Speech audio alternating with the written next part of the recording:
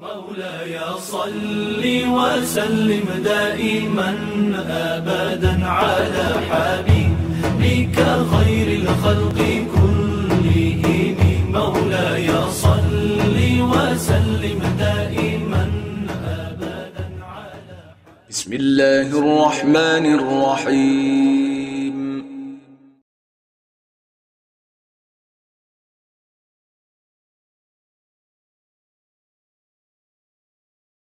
Assalamualaikum warahmatullahi wabarakatuh. Bismillahirrahmanirrahim. Alhamdulillahirabbil alamin wa afdhalus salati wa atammu taslimi ala sayyidina Muhammadin wa ala alihi wa sahabatihi at-tayyibin wa tahirin, amma ba'd. Yang saya hormati para sesepuh dari Masjid At-Taqwa dan para asatidz yang hadir di majelis taklim kali ini. Mudah-mudahan Allah Subhanahu wa Ta'ala memberikan kita curahan rahmatnya, memberikan kita taufik dan inayahnya.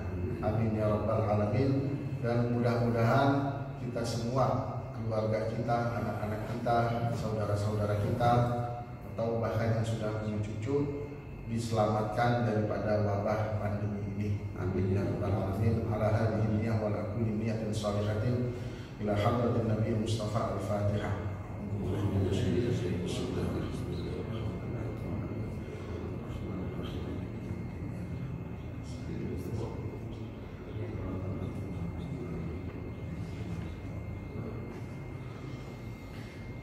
Baik ayahanda dan bunda semuanya, tadi sebelum kita masuk ada sedikit intermezzo. Tadi Masya Allah dibacakan oleh imam kita ya Ustaz Fauzi surat Yusuf, begitu menyentuh bacaannya seperti Syekh Al-Husari. Semoga Ustaz Fauzi diberikan rahmat Allah. Amin. Di dalam surat Yusuf ada, kalau kita sedikit tadabburkan, ada hikmah di sana. Hikmahnya adalah Nabi Yusuf telah bisa kita bahasakan dia dibuat konspirasi lah, ya kan, oleh saudara-saudaranya. Tapi hal itu malah membuat Nabi Yusuf jadi naik.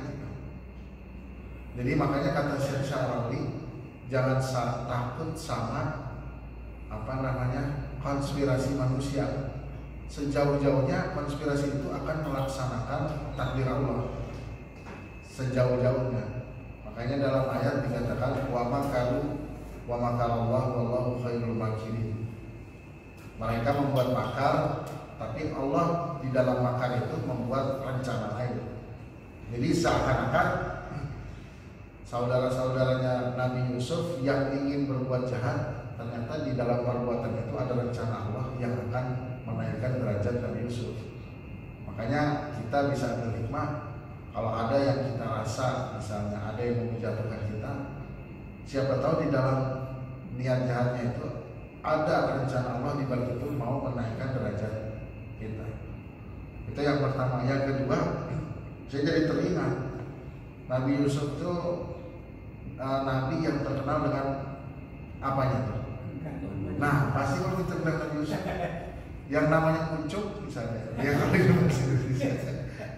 Jadi kadang-kadang ganteng semua. Orang yang dinamakan Yusuf pengen dapat kegantengan Nabi Yusuf. Bahkan kalau lagi hamil katanya bacain surat Nabi Yusuf, ntar anaknya jadi ganteng. Itu ada, itu benar. Boleh nggak? Ya boleh aja, namanya juga usaha, ya kan? Usaha musrik nggak? Oh nggak, musrik dari mana musrik ya? Namanya juga usaha, kan? Ada yang bacanya pagi siang malam Nabi Yusuf biar ganteng, ya kan? Tahunya mirip bapak. Sama aja. Ya, memang Nabi Yusuf terkenal ganteng sampai dalam ayat selanjutnya, sebelumnya itu, ya kan? Wa qala batil abwa wa qala haytalak. Dalam qiraat lain wa qala hitalak. Haytalak mau kemana? Ya kan? Kalau bahasa kita dikunci, saking terpesonanya sama kegantengannya.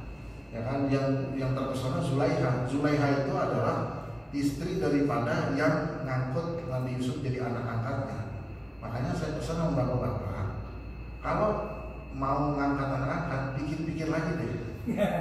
Takutnya nanti soalnya Nabi Yusuf itu diangkat sama petinggi Mesir kan. Petinggi Mesir itu punya istrinya itu naksir sama Nabi Yusuf.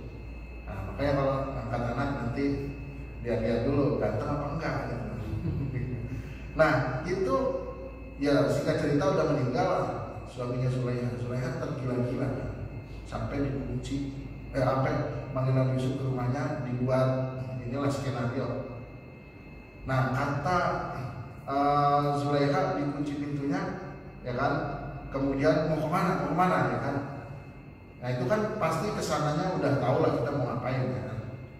Al-Quran gak menceritakan apa mau ngapain, atau cuma isyarat. Karena Al-Quran itu bukan kitab yang menjerumuskan kita untuk berpikir yang kotor, kecuali orang kotor kan. Nah, kemudian ya kan saking tergila-gilanya sampai dikunci begitu, sampai mau berbuat gitu. Nah Zulaiha akhirnya gagal, ya kan? Gagal. Terus Zulaiha mau buktiin dapat omongan orang-orang itu istri itu tuh dia naksir sama orang itu kan. Akhirnya mau buktiin, kumpulin semua ibu-ibu arisan lah bahasanya. Nih ya ibu-ibu belum tahu sih kegantengannya, sampai kan ngiris-ngiris tangan, bener ya kan? Itu kan, ya kan? Wa qalat ikhruj alaihim falamma qatta'na aydiyahunna wa qulna hasya lillahi ma hadza bashar in hadza illa malakun karim. Ini malaikat nih, bukan manusia. Artinya saking gantengnya. Tapi dalam hadis Nabi fima maknahu, Nabi Yusuf dikasih kegantengan setengah, Rasulullah dikasih kegantengan satu. Jadi gantengan mana? Gantengan Rasulullah. Tapi kok kalau Rasulullah lebih ganteng daripada Nabi Yusuf, kok nggak pernah kejadian kayak Zulaiha? Mana ada hadis Nabi kita lihat diriwayatkan dari fulan dulu Nabi Muhammad misalnya sampai dijebak perempuan mau digituin, pernah nggak?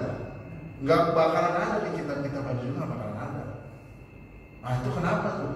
Padahal Rasulullah katanya paling ganteng, ya kan, lebih ganteng daripada Nabi Yusuf. Nabi Yusuf aja udah gantengnya setengah, itu apa wanita udah terkesima gitu. Sampai Zulaiha berbuat begitu. Lainnya kok nggak ada perempuan yang berbuat gitu sama Rasulullah. Nah di sini kata para ulama, Rasulullah kegantengannya lebih jauh daripada Yusuf, lebih ganteng Rasulullah. Tapi di sisi lain Rasulullah diberikan kewibawaan yang luar biasa. Jadi orang yang di hadapan Rasulullah itu akan tertunduk takut, gak berani macam-macam. Makanya jangankan untuk berbuat macam-macam, untuk menatap wajahnya, matanya langsung para sahabat gak berani. Jadi begitu wibawanya Rasulullah, sampai para dulu sebagian sahabat dari golongan wanita malu bertanya buat Rasulullah, ke Rasulullah langsung lewat suaminya, lewat dirinya.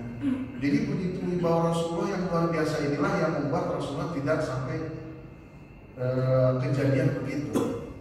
Nah ini jadi keagungan Rasulullah luar biasa. Jadi bukan berarti kalau Rasulullah lebih ganteng harus kejadian kayak Nabi Yusuf lebih parah lagi, bukan. Justru Rasulullah diwibawanya oleh Allah, ditinggikan derajatnya, kegantengan luar biasa. Kalau ngomong orang gak ada yang berani nimpalin, ya kan?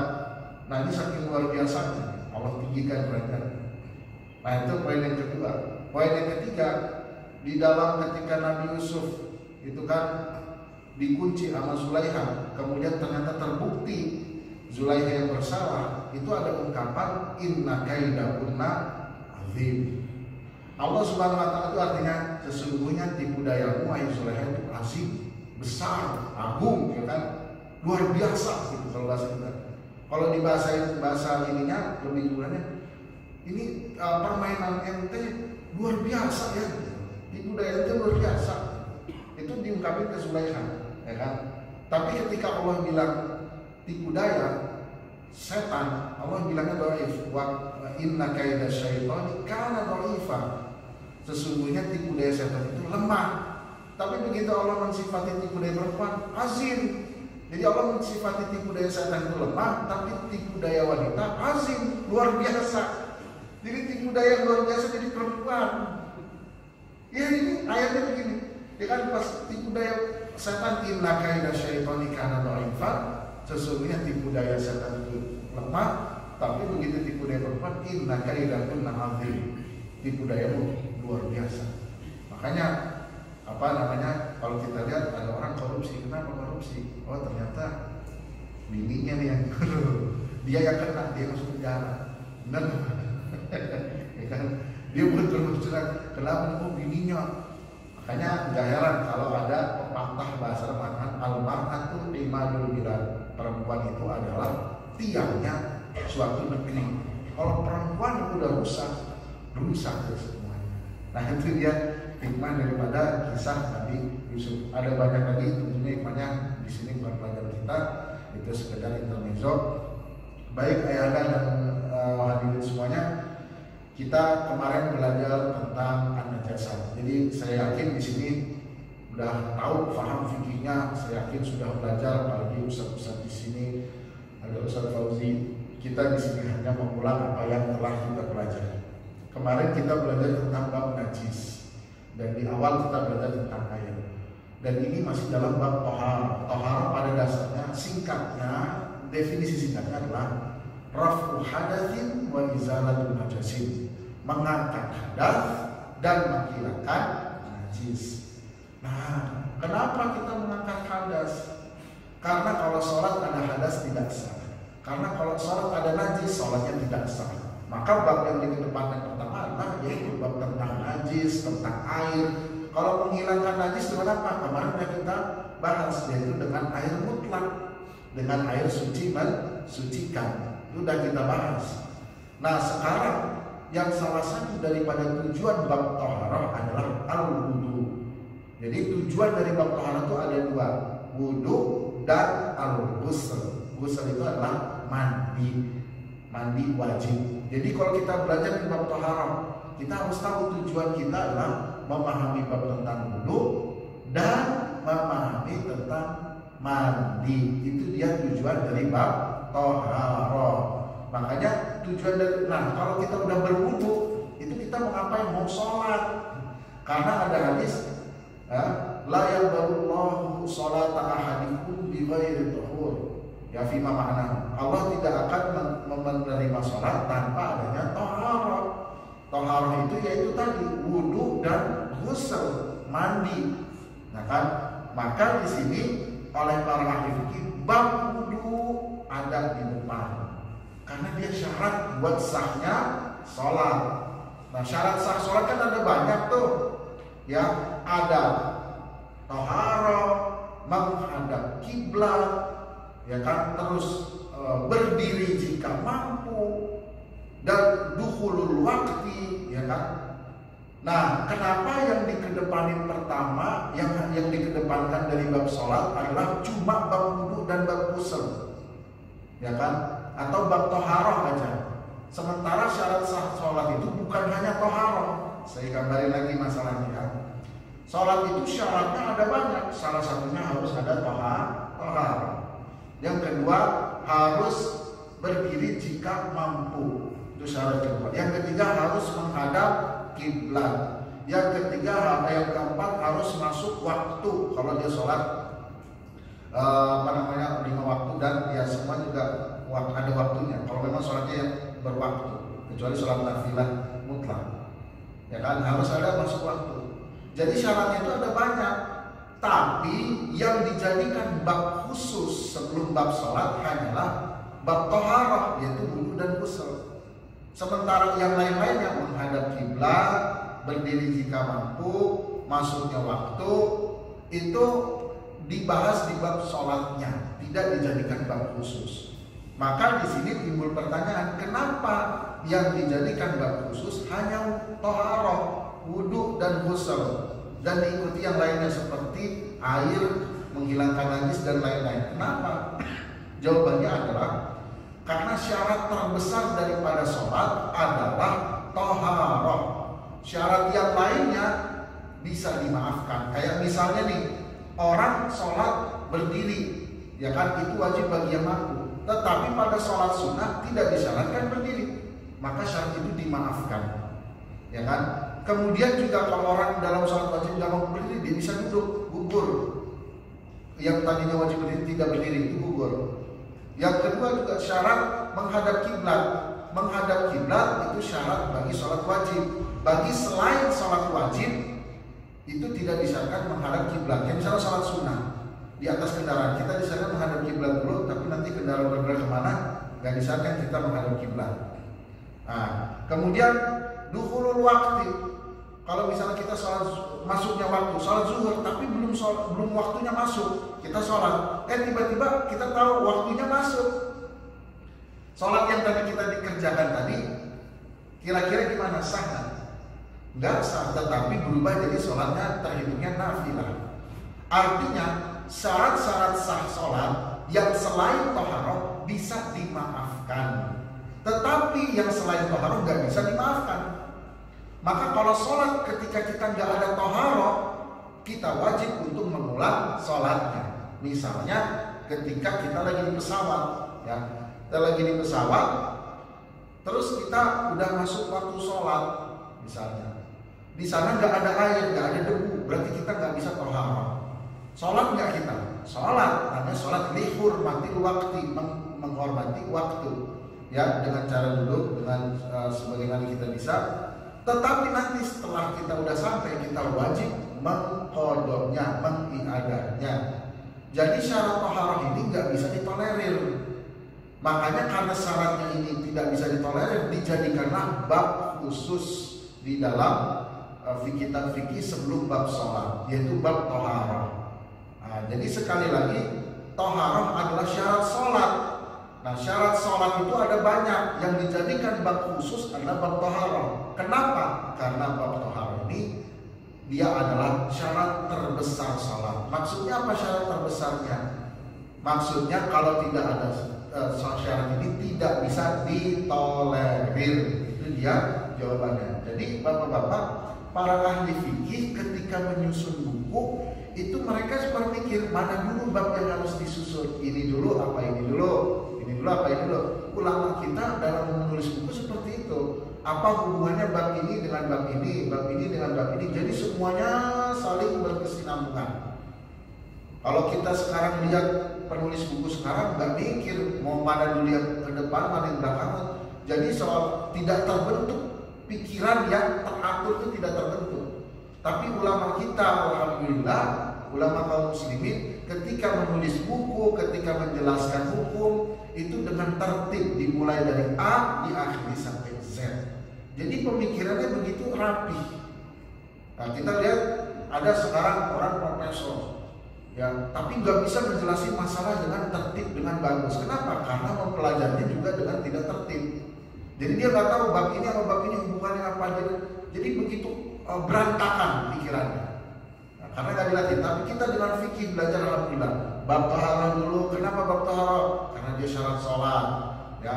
Kemudian di bab taharah dimulai dengan air dulu. Kenapa air? Karena air itu wasilah untuk taharah. Habis itu bab najis. Kenapa bab najis? Karena kita wajib menghilangkan najis dan babnya sedikit. Baru nanti bab wudu. Jadi begitu tertib, susun rapi babnya. Nah, inilah menariknya di sini para ulama sampai segitu mikirnya. Nah, sekarang kita masuk bab kuliah al-wudu. Ta'rifu al-wudu aham wasilatin syar'iyyatin li izalatil hadathil asghari min al-a'dha. Jadi wudu adalah aham wasilatin, wasilah yang paling penting untuk menghilangkan hadas kecil. Liyusbihal muslimu tatahhir, agar orang muslim menjadi suci. Kemudian wal wudu lughatan bi dhammil waw. Jadi bisa dibaca al wudu, bisa dibaca al wadu dengan menfathahkan waw. Al wudu lughatan bi dhammil waw ma'khudun minal wadha'ah. Jadi kata wudu ini asal katanya adalah wadha'ah. Artinya nadhafah wa nadhafah. Nadhafah itu artinya bersih dan bercahaya. Makanya bapak-bapak, kalau kita berwudu, sering berwudu, mendahulukan wudu, insya Allah kelihatan cahayanya.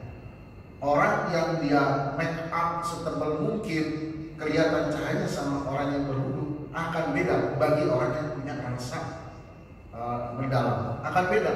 Coba aja dipraktekin. Walau orang misalnya dia pakai make upan luar biasa sampai ke Singapura, sampai kemana, kelihatan bercahaya, tapi cahayanya bukan cahaya wudu. Kalau cahaya wudu lain lagi akan kelihatan. Ditambah lagi bercahaya dulu, orangnya bagus, hatinya bagus, ibadahnya bagus, kok kelihatan banget. Makanya dulu teman saya pernah belajar di namanya madrasah terkenal di Mekah, namanya Saulatiyah. Di Saulatiyah ini adalah madrasah terkenal. Itu di dalamnya banyak para auliaullah. Jadi kalau para pengajarnya itu tahu kalau misalnya ini murid nih kelihatan nih belum mandi junub nih. Ini murid nih kelihatan nih habis begini. Bisa nggak itu benar nggak itu? Benar. Karena ada hadis ittaqu firasatal mukmin. Takutlah firasat orang mukmin. Karena dia melihat dengan nur Allah. Ini orangnya habis dia berbuat begini tadi nih kelihatan. Tetapi itu semua nggak bisa kelihatan kalau orangnya berwudu. Misalnya kita wudu nih, ya kan walaupun kita lagi junub, kita wudu, itu masyayikh syekh di sana nggak bisa menilai dia dia belum junub, dia belum ini karena ketutupan dengan cahaya wudu. Jadi benar-benar wudu ini asalnya dari wadha'ah, nadhafah, nadhar itu artinya bercahaya. Jadi orang wudu itu punya cahayanya. Ya ini dia secara bahasa. Itu kalau kita bilang al-wudu, kalau kita bilang al-wudu itu adalah nama air yang kita wuduin itu namanya al-wudu. Ya, itu secara bahasa. Secara istilah. Wal wudu syar'an isti'malul ma' fi a'dha'i makhsusah. Menggunakan air pada anggota badan yang khusus. Jadi anggota badan yang khusus yaitu yang ada di dalam nanti surat Al-Maidah nanti akan kita jelaskan. Oke? Wasummiya bidzalika, kenapa wudu dinamakan wudu?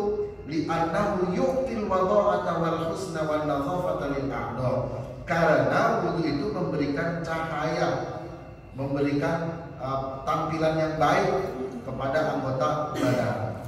Itu dia. Wa yamna'u hadhiya min zulmati dzunub wa lahu syurutun furud wa sunan. Jadi wudu juga menghilangkan cahaya kelam. Ya, dulu saya ingat waktu masih kecil saya punya teman gitu kan. Ini nggak pernah sholat. Wah, kelihatan banget itu. Kalau saya ini beneran, ya kan? Kelihatan banget, ya kan? Kusam. Orang dulu bang, orang sering dulu cemberut-cemberutnya orang dulu masih ada cahayanya, ya kan?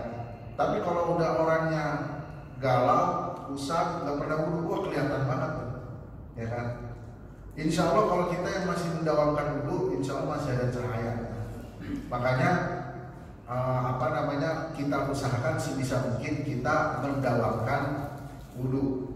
Baik mau sholat atau tidak sholat, sekali dia batal wudu lagi, sekali dia batal wudu lagi. Walaupun kita Syafi'iyah agak susah ya, sebentar dikit sampai perempuan saya lagi di kereta batal. Ya, tapi nggak apa-apa, kita usahakan mendawamkan wudu. Jadi misalnya kita punya wudu masuk masjid azan, ya udah langsung aja masuk. Insya Allah kita dengan mendawamkan wudu dijaga oleh Allah Subhanahu Wa Taala. Kemudian dalil wajibnya wudu ya, dalil wajibnya pertama dari Al-Quran.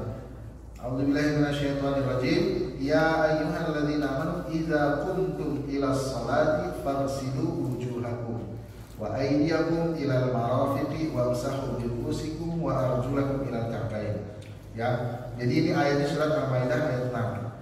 Jika kalian hendak salat, faghsilu. Nah, ini perintah nih. Bapak-bapak, kalau di dalam ayat Al-Quran atau teks hadis, kalau ada kata perintah tapi nggak ada indikasi lain selain perintah, maka dia menunjukkan wajib. Kalau misalnya ada kata perintah tapi ada indikasi lain yang tidak dia menunjukkan perintah, maka dia menjadinya bisa ubah, bisa nadab. Misalnya apa? Kalau yang menunjukkan wajib kayak ini, faghsilu wujuhakum, basuhlah muka kalian, wajah. Di sini nggak ada indikasi lain, maka wajib kita membasuh muka, ya kan? Tahu ada indikasi atau nggak ada indikasi, tahunya dari mana? Itu ada ilmunya, namanya ilmu usul fikih. Jadi ilmu usul fikih itu ilmu yang berbicara dalil. Jadi kalau mau bicara dalil sebenarnya nggak dibahas di fikih, salah. Fikih itu ibaratnya udah nasi, udah jadi nasi ini udah jadi, udah tinggal dikonsumsi, itu fikih. Tapi kalau proses membuat nasi itu namanya ilmu usul fikih. Makanya salah orang kalau bilang ini kok kita fikih nggak ada dalilnya. Ya emang itu udah jadi dalil, udah jadi konsumsi, Ini tinggal dimakan. Kalau mau belajar usul fikih, ini disuruh belajar nggak mau, ya kan? Nah ini yang bahaya. Nah di faksimu wujuhakum ini nggak ada indikasi lain selain perintah. Kemudian ada ayat yang dia perintah tapi tidak menunjukkan perintah. Zahir perintah misalnya wa idza halaltum fastadu, ya kan, jikalau kamu telah bertahalul pas haji, fastadu maka boleh memburu binatang, ya kan, fastadu maka burulah, ya kan, ini zahirnya gitu. Jika telah bertahalul maka burulah binatang. Jadi ada perintah setelah datangnya larangan. Nah kata para ahli usul fikih, kalau ada perintah sebelumnya larangan, maka perintah itu menunjukkan mubah, bukan menunjukkan wajib. Seperti ziarah kubur. Ziarah kubur tadi dilarang. Kuntu nahaitukum an ziyaratil kubur. Dulu aku melarang kalian untuk berziarah kubur. Fazuruha. Sekarang ziarahilah. Jadi ada perintah sebelumnya dilarang. Nah, kata para ahli usul fikih, kalau ada kata perintah sebelumnya dilarang, maka ini mengimplikasikan perintahnya bukan buat wajib, tapi buat mubah, hanya sekedar boleh. Itu dia dipelajari. Nah di sini nggak ada indikasi begitu. Faksilu, ya kan, basuhlah, maka menunjukkan wajib. Maka wajib membasuh muka. Faksilu wujuhakum wa aydiyakum ilal marafiq, sampai ke siku, ya kan, sampai ke siku. Nah yang jadi pertanyaan nanti, ya kan, sampai ke siku, ya kan. Nah, maaf ya ini saya buka ya kan. Ini biar kita sama-sama memahami bahwasanya para ahli fikih memahaminya dalam. Sampai ke siku, ini kan siku nih, ya kan. Sampai kan ilal marafiq, ini sampai sini kan siku. Kalau saya ngebasuhnya sampai sini doang sah. Kan Quran bilang ilal marafiq, sampai ke siku. Kalau cuma sampai awal siku ini doang sah kan? Zahir ayat Al-Quran cuma ke siku. Ya berarti kalau awal doang ini sah dong. Al-Quran udah ngejelasin kan? Maka di sini kita butuh namanya pemahaman, ilmu, ya kan? Ini nggak sah kalau sampai sini doang, harus semuanya, sikunya, ilal marafiq. Karena kalau sampai sini mirfaknya belum sempurna, maka harus semua. Kan seperti itu. Bahkan para ulama fikih biar aman lebihin. Seperti biar aman lebihin ya. Ya kan, makanya kita nggak bisa kalau langsung kembali Quran Sunnah, bingung nanti. Ya kan, kita harus mengikuti mazhab fikih yang sudah diakui oleh umat Islam, yaitu mazhab yang tepat. Oke, kemudian wamsahu bi ru'usikum. Nah, usaplah kepala kalian. Nah, bak di sini nanti jadi masalah nih. Nanti di depan kita bahas. Wamsahu, usaplah dengan kepala kamu. Bak ini bisa untuk artinya memegang. Artinya usaplah, peganglah kepalamu, kata Imam Abu Hanifah dan Imam Malik. Kepala itu batasnya dari sini nih, ya, tempat rambut sampai belakang sini. Berarti ketika usaplah dengan memegang kepala kamu, berarti harus dipegang semua begini. Berarti makanya nanti mengusap semua kepala wajib. Karena baknya di sini menunjukkan ilsaq. Ilsaq itu megang kepala. Megang kepala itu mana? Dari sini ke sini. Oh, ini berarti. Kalau Imam Syafi'i beda. Baknya ini bukan untuk ilsaq. Wamsahu bi ru'usikum, usaplah kepala kalian. Baknya di sini untuk menunjukkan sebagian. Jadi kalau diterjemahkan ini, usaplah sebagian kepala kalian. Yang namanya sebagian kepala, ini rambut bagian dari kepala kan? Bagian. Berarti kalau kita giniin rambut aja udah sah. Itu mazhabnya Syafi'i. Ya, sekarang kalau kita pakai mazhab, usaplah kepala kamu, ini baknya maknanya buat apa nih? Tafsir sendiri, ya kan? Jadi mazhabnya ada 2000 nanti. Semua ikut ngomong, ya kan? Kemudian wa arjulakum ilal ka'bain. Nanti kita akan bahas satu persatu itu dari Al-Quran ya. Kemudian dari hadis diriwayatkan dari Al-Imam Al-Bukhari radhiyallahu taala anhu bahwa dari Utsman bin Affan bahwa annahu da'a bil fa afraga yadayhi min ina'i bahwa salah tabarrak mengatakan. Jadi Rasulullah didatengin ina tempayan kemudian membasuh tangannya. Jadi benar-benar kalau yang diajarkan Rasulullah bersih ya. Caranya gimana semua diajari kan. Kemudian Rasulullah tamatman ya, umur masukkan hidung, wastansyar. Kemudian ghasala wajhahu salasan, Rasulullah mengusap wajahnya 3 kali dan tangannya sampai mirfaq. Di hadis lain Rasulullah ngebasuh wajah cuma sekali. Maka kata para ahli usul fikih, kadang 3 kali, kadang sekali. Berarti membasuh wajah 3 kali itu hukumnya sunnah. Jadi seperti itu, nggak satu hadis saja, semua dikumpulin hadis-hadisnya. Itu dia hadis yang mensyariatkan wudhu, ya. Kemudian syurut-syurutul wudhu, syarat-syarat wudhu. Pertama, kita ini mau wudhu ada syaratnya. Syaratnya apa aja biar wudhu kita sah? Pertama, an yakuna wudhu bima'in mutlak. Nah, wudhu itu harus dengan air mutlak, air yang suci, mensucikan. Ini sudah kita bahas di awal, ya. Wa yushtaratu an ya'rif annahu ma'un mutlak. Dan orangnya harus tahu kalau itu adalah ma'un mutlak. Misalnya, ini saya tahu ini adalah ma'un mutlak, bukan ma'un mustaqmal. Walau dhanna, sekalipun hanya berupa prasangka.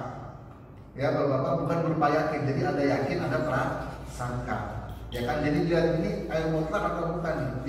Dia beristihad, berpikir, oh ya ini ma'un mutlak. Zon dengan prasangka atau dengan yakin, dia memang yakin 100% itu ma'un mutlak.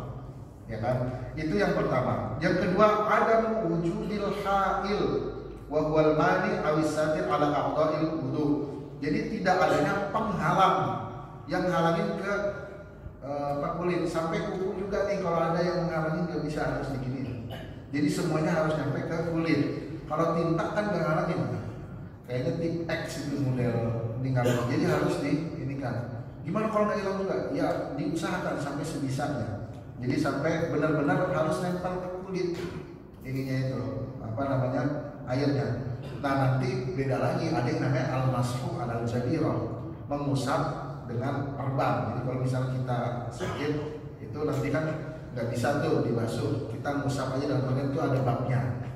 Kemudian jariyatul ma' alal udhil maksud, air harus mengalir ke anggota badan yang lagi dibasuh. Kayak misalnya membasuh tangan, air harus jariyan, harus ngalir, gitu kan. Kemudian ada wujudil munafi, tidak adanya sesuatu yang menafikan daripada wudu, maksudnya tidak haid. Nah, maksudnya tidak ada yang membatalkan wudu, seperti memegang kelamin tanpa penghalang dengan ini. Apa ini bahasa Indonesianya? Telapak tangan. Kalau dengan ini nggak batal. Ada hadis yang ada. Ya, misalnya nih ada orang habis wudu memegang kelaminnya tapi pakai belakangnya, batal itu? Enggak. Tapi kalau dengan kaf, ini nama bahasa namanya kaf, itu batal. Kemudian ada as-sarif lil wudu wa dzalika bi wujudi dawamin niyah wa wujudil Islam. Jadi tidak ada yang sarif. Sarif itu yang memalingkan dari wudu. Seperti orang misalnya dia wudu nih udah niat, ya. Antar kalau ada orang yang tetap itu batal dulu, nah itu namanya sarif, nggak bisa. Nah, kemudian apa namanya, niatnya harus dawam dari awal wudu sampai akhir, memang dia niat berwudu.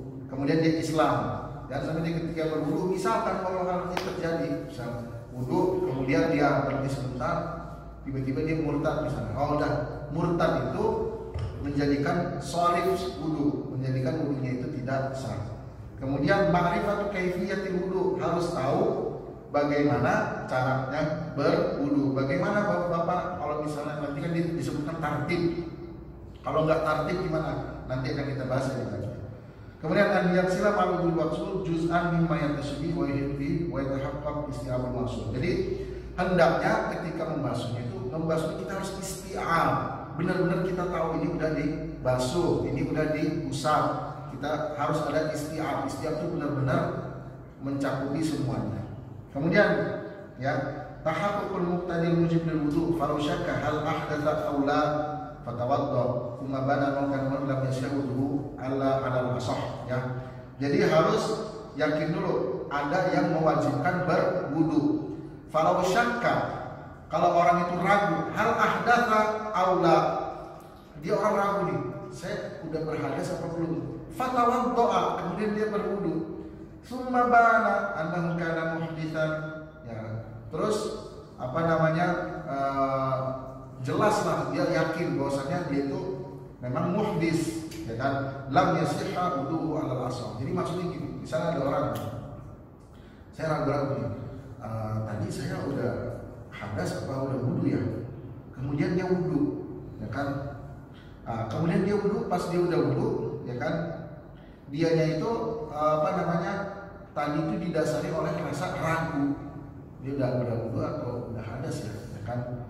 Nah, setelah dia udah wudhu, ternyata dia ingat, oh iya tadi saya udah berhadas. Nah, wudhunya tadi itu didasari oleh rasa syak. Syak itu ragu-ragu, 50%.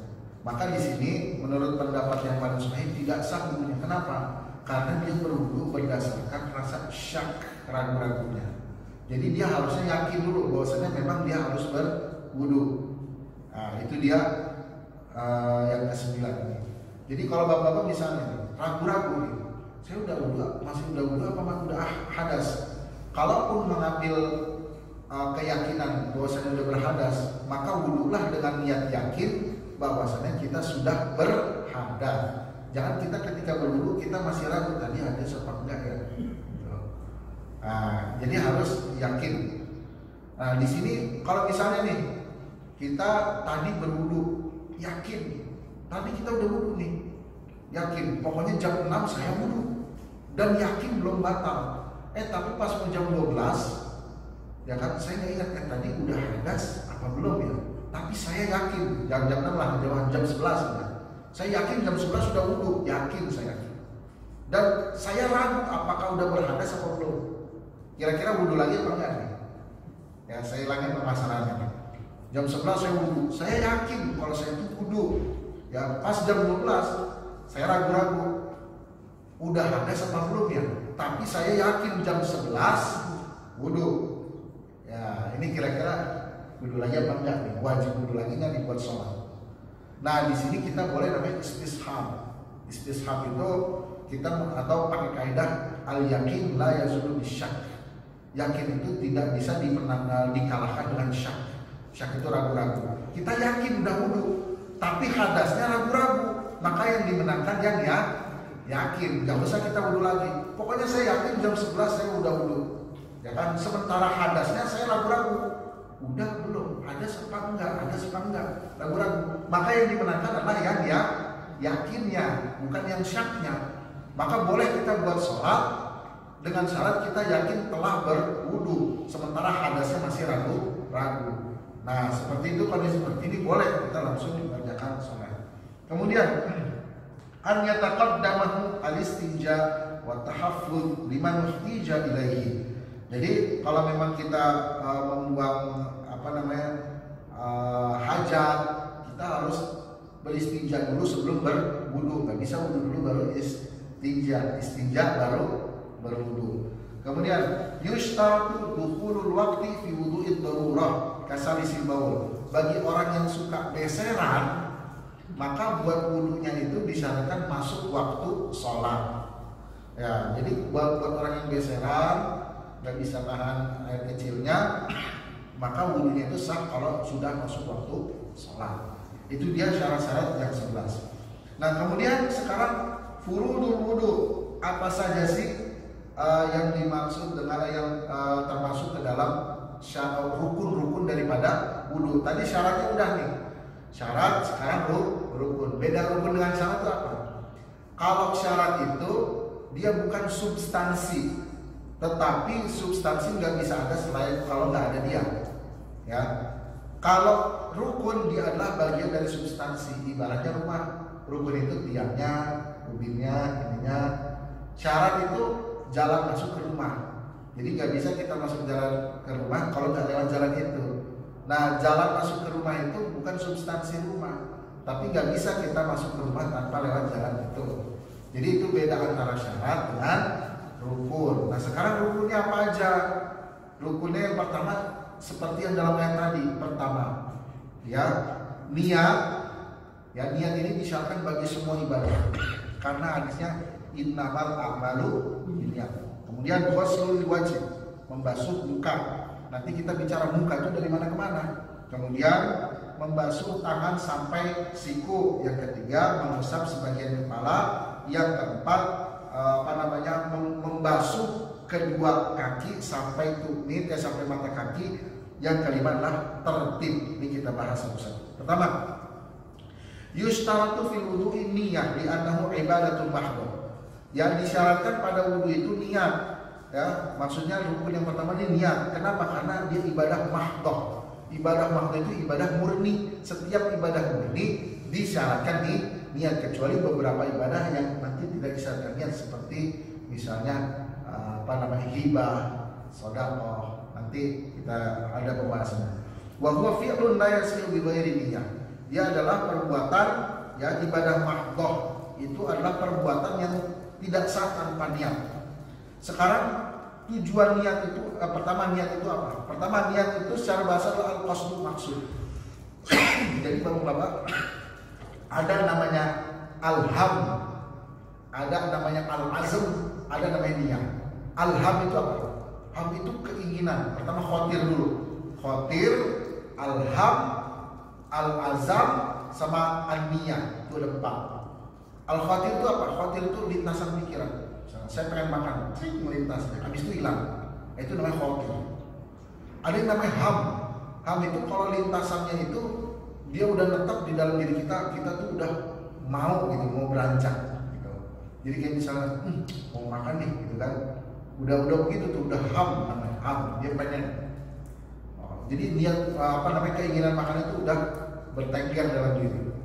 Tapi habis itu hilang. Ada lagi namanya azam. Nah, azam itu lebih tinggi lagi, keinginan yang kuat. Wow, dia udah mau makan, dia cari ininya, dia cari apanya, dia cari makanannya, itu azam. Ada lagi namanya niat. Nah, niat itu adalah keinginan yang berbatang dalam perbuatan. Ketika udah ada makanannya, dia pengen dan dia langsung makan, itu namanya niat. Nah, yang diberi catatan pahala dan dosa itu mulai dari ham, keinginan. Kalau baru sekedar lintasan pikiran itu belum dicatat. Misalnya, mohon maaf, ada orang punya lintasan pikiran dia berzina, cuma lintasan pikiran, belum dicatat. Tapi kalau dia udah berazam, dia udah nyari ininya, dia udah nyari ini, udah mulai dicatat. Apalagi kalau udah melakukan, kan dia mau berzina, dia cari ininya, tempatnya di mana ininya, itu udah azam, udah dicatat tuh, ya kan? Kalau baru sekedar pingin hama, kan, atau khotir, belum dicatat. Nah, kalau udah niat ya udah pasti dicatat. Jadi niat itu secara bahasa adalah al-qasdu, keinginan. Sementara dalam istilah adalah qasdu syai'in muqtarinan bi fi'lihi, memaksudkan sesuatu berbarengan dengan perbuatan. Ya, sekali lagi, secara syariat nilai niat itu memaksudkan sesuatu berbarengan dengan perbuatan. Saya mau sholat, langsung Allahu Akbar. Maka ketika saya ada pingin sholat, langsung saya bilang Allahu Akbar, itu namanya niat. Jadi harus berbarengan. Tempatnya ada di mana? Ada di hati. Wajib nggak untuk melafazkan? Melafazkan itu hanya untuk membantu hati. Jadi tidak disyaratkan. Bahkan kalau kita misalnya lafaznya saya sholat subuh, sholli fardhu zuhri, tapi hatinya nggak niat, sholatnya nggak sah. Sebaliknya, kalau dia tidak talafuz tapi niat dalam hatinya dia memang mau sholat, nah itu sah sholatnya. Jadi ada di dalam hati. Boleh nggak ditalafuz? Dia boleh, tapi talafuz atau mengucapkan dengan lafaz itu hanya untuk membantu hati. Ya, jangan sampai sebagian orang salah paham. Kalau nggak sholat, nggak niat, nggak ini, nggak sah usolli fardhu zuhri, tapi pikiran kemana-mana. Nah, ini nggak bisa juga. Jadi tempatnya itu ada di qalb. Kemudian kalau kita niat wudhu itu cara niatnya gimana? Ada 3 cara. Yang pertama, nawaitu raf'al hadas, untuk mengangkat hadas. Atau nawaitu istibahatas sholat. Ya, itu 2, ya kan? Kemudian atau nawaitu ada fardil wudhu. Jadi boleh kita ucapin nawaitu raf'al hadatsil asghari, bisa juga. Atau nawaitu istibahatas sholat, boleh. Atau nawaitu ada fardil wudu, itu dia boleh. Kemudian fa in kana syakhs mustadim al hadath kal mustahadafatan bi al istibahah. Kalau seseorangnya itu dia orang yang selalu berhadas seperti orang mustahadah. Jadi ada perempuan yang namanya mustahadah. Ini ada di babnya. Atau orang yang sering geser. Maka niat wudunya adalah istibahatus shalah, kebolehan buat sholat. Kenapa dia niatnya istibahatus shalah, bukan raf'al hadas? Kalau niat raf'al hadas itu kan mengangkat hadas. sementara orang yang suka geser hadasnya itu tidak terangkat, maka niatnya jangan nawaitu raf'al hadas, tapi nawaitu istibahat sholat. Saya niat untuk kebolehan dalam mengerjakan sholat. Kemudian wa innawal muslimu taharata lima yustahabbu lahul wudu ka qira'atil Qur'an wal julus fil masjid fala yujzi. Nah, ini Bapak-bapak ya, ini penting nih. Kalau misalnya kita niat duduk ya kan, buat sesuatu yang disunahkan, sementara sesuatu itu tidak disyaratkan duduk. Misalnya duduk di masjid nih. Duduk di masjid itu adabnya memang mempunyai wudu, tapi harus nggak duduk di masjid punya wudu? Nggak harus. Nah, ketika kita berwudu, saya niat berwudu, pengen duduk di masjid. Kalau niatnya begitu, maka wudunya tidak sah dan tidak boleh wudunya itu dipakai buat sholat. Jadi tidak boleh kita meniatkan sesuatu yang disunahkan, yang tidak disyaratkan wudu, kemudian kita berwudu dengan hal itu, dan kemudian kita gunakan buat sholat. Nah, jadi dari awal niatnya sudah salah. Nah, ini makanya penting juga dalam niat. Jadi ketika kita niatlah yang paling aman itu untuk mengangkat hadas. Jangan niat saya niat wudu ini pengen duduk di masjid, atau saya niat wudu ini pengen membaca Al-Quran. Nah, membaca Al-Quran itu tidak syarat wudu. Kalau memegangnya, ya kan. Tapi membacanya, misalnya di dalam handphone, ya kan, dalam handphone ini Quran bukan. Ya, Quran bukan. Kalau misalnya ada surat Tabarak doa, itu bukan Quran. Quran itu definisinya dimulai dari surat Fatihah, diambil dari surat diakhiri dengan surat An-Nas. At-Tabarak ini bagian daripada Al-Quran, bukan di Al-Quran seutuhnya. Nah, jadi kalau kita niatnya hanya membaca aja Al-Quran, terus kita berwudu, ya maka wudunya ini tidak mencukupi, dalam arti tidak sah, tidak bisa dipakai wudu nanti untuk sholat. Maka tadi niat wudu itu penting.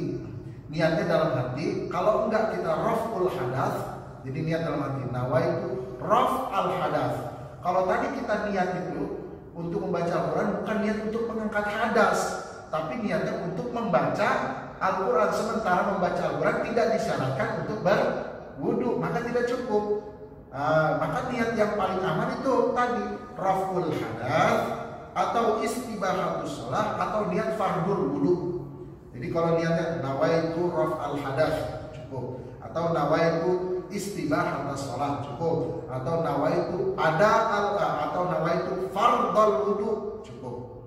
Karena kita niat untuk karena fardu, karena wajibnya kita berwudu untuk sholat, itu cukup. Habis itu kita langsung sholat, baca Quran bisa. Tapi kalau kita niatnya saya mau mau wudu karena nggak sopan kalau di masjid nggak pakai wudu, niatnya begitu, bukan untuk merafa hadas, maka nanti ketika dia sholat dia harus wudu lagi, nggak cukup, gitu kan? Nah, ini harus kan ya. Kemudian waktu niat fi awalil fi'li, niat itu ada di awal perbuatan. Maka ketika wudu awal perbuatan itu ada di membasuh muka. Jadi bukan gini, bukan nawaitu raf'al hadas, itu apa namanya, bukan ditalafuzkan. Yang kedua itu belum awal perbuatan, karena awal perbuatan wudu itu dari membasuh muka. Maka niat itu ketika di membasuh muka, nanti dibahas gitu ya. Jadi bukan nawaitu raf'al hadasi, enggak. Jadi kita usap tangan itu sunnah, kemudian pas kita begini langsung niat nawaitu raf'al hadas. Jadi niat itu ada di awal perbuatan. Fayan bi sunnah wudu fi awaliha. Ya, kemudian dia boleh meniatkan sunnah wudu di awal, yaitu ketika membasuh tangan. Wa yanwi fardhu wudu inda ghusli awwali juz'in min al-wajhi. Ini penting. Kemudian dia niat fardhu wudu ketika ghusli awwali juz'in min al-wajhi, ketika membasuh bagian pertama dari muka. Ya, ini jadi membasuh niat fardhu wudu itu dari membasuh muka. Wa tasihhu niyatu sabil mumayyiz fil wudu'i was shalah. Bagi anak kecil sah untuk berwudu. Jadi maksudnya kenapa ini dimasukkan kalau anak kecil sah? Jadi yang namanya anak kecil yang belum baligh, dia kan belum dituntut untuk mengerjakan syariat. Sementara dalam syariat itu butuh niat, ya kan? Anak kecil sah nggak niatnya, kan dia belum dituntut buat beribadah. Ibadah itu butuh niat. Oh katanya di sini sah niatnya seorang anak kecil tapi yang tamyiz. Wa yashtaratu fi niyyah al-islam fala yashudul kafir. Di dalam niat juga disyaratkan orang yang berniat harus beragama Islam, tidak sah orang kafir untuk berniat. Wa yashtaratu fi al-aql. Begitu juga disyaratkan orang itu berakal, nggak sah orang gila berwudu. Nah ini makanya kita jangan sampai dalam agama Islam nggak usah pakai akal, jangan, nggak usah memahami pakai akal. Kalau kita bukan memahami dengan akal, kita memahami dengan apa? Bahkan akal itu menjadi sebab musababnya kita diturunkannya syariat. Tanpa ada akal tidak akan orang itu dituntut mengajarkan syariat. Buktinya apa? Orang gila wajib untuk sholat. Ya tidak akan ada kewajiban. Kenapa? Karena dia tidak punya akal. Begitu juga dalam wudhu nih, orang yang berniat buat wudhu, dia nggak punya akal, dia orang gila misalnya dia wudhunya sama juga. Kenapa? Karena tidak ada akalnya. Maka akal ini punya tempat istimewa di dalam syariat Islam. Maka nggak ada kata lu jangan memahami agama dengan akal. Lantas dengan apa? Ya kan? Nah ini dia harus diuruskan. Jadi itu ya berkaitan dengan niat. Intinya niat yang harus kita ucapkan ketika berwudu adalah nawaitu raf al-hadas atau istibahatus shalah atau niat fardul wudu. Itu yang paling aman. Kemudian yang kedua adalah ghuslul wajh, membasuh muka. Ayatnya faghsilu wujuhakum. Nah sekarang yang namanya muka itu dari mana ke mana? Nah ini butuh definisi. Kata Allah basuh muka, berarti mukanya semua harus dibasuh. Muka itu dari mana ke mana? Apakah muka cuma mata, hidung, mulut? Apakah cuma apa? Nah, makanya di sini oleh para ahli fikih dikasih batasan. Yang namanya wajah itu mata qaubihil muwajahah. Wahadduhu batasannya tulang secara tingginya min mana biti sya'ri ra'si ila dzaqan. Tuh ya. Jadi dari sini awal tumbuhnya rambut nih. Awal tumbuhnya rambut kita misalnya dari sini. Berarti awal wajahnya dari sini ila dzaqni. Dzaqan itu dagu. Berarti ini tuh wajib, saya di sini wajib kena air. Kalau misalnya ada satu nih nggak kena di sini, nggak sah wudunya. Kenapa nggak sah? Karena airnya faghsilu wujuhakum, basuhlah wajahmu, semuanya. Jadi kalau tingginya tuh dari awal tumbuh rambut. Nah nanti ada pertanyaan, gimana kalau orangnya botak? Nah wajahnya dari mana? Kan nggak ada tempat tumbuh rambut misalnya. Nah itu dari mana? Nah itu kan harus dibicarakan. Nah kalau orang yang botak, ya misalnya dia tidak punya rambut, bahasanya aslak, maka dari kira-kira saja di mana tempat tumbuhnya rambut. Ya ini secara tul, ini namanya tingginya. Kalau secara lebarnya dari mana ke mana? Kalau lebarnya adalah wahadatu ma baina badan bisyar rasul ila dzalil tahlil wa ardan minal udhun ila udhun, dari telinga ke telinga. Telinga mulainya dari sini. Berarti ini wajib kena dibasah dari sini sampai sini. Ini kena wajib basah. Gitu kan? Jangan sampai kita berwudu, ya kadang kita ngeliat orang wudu, kalau kita perhatiin ininya ada yang nggak kena wudu nih. Nah itu nggak sah salatnya. Ini penting gitu. Jangan sampai. Sekarang saya sedikit intermezzo lagi. Umat Islam sekarang saya pikir kadang lucu. Ya ngomongnya mohon maaf ini gede-gede khilafah negara Islam, tapi buat wudu nggak bisa. Padahal kalau wudunya nggak bisa begini, sah nggak salatnya? Nggak bakalan sah. Kira-kira dia masuk surga atau neraka? Masuk neraka. Dulu Rasulullah ngingetin ya, wailul lil aqabi minan nar, celaka orang yang ini tumitnya nggak nyampe kena air nih. Ya, ini ngomong ini gede-gede, tapi ketika wudu cering. Kira-kira surga apa neraka? Neraka. Yang ngomong itu gede-gede negara gitu kan, ngomongin gede pemerintah, tapi istinjanya nggak bisa. Kira-kira masuk surga apa neraka?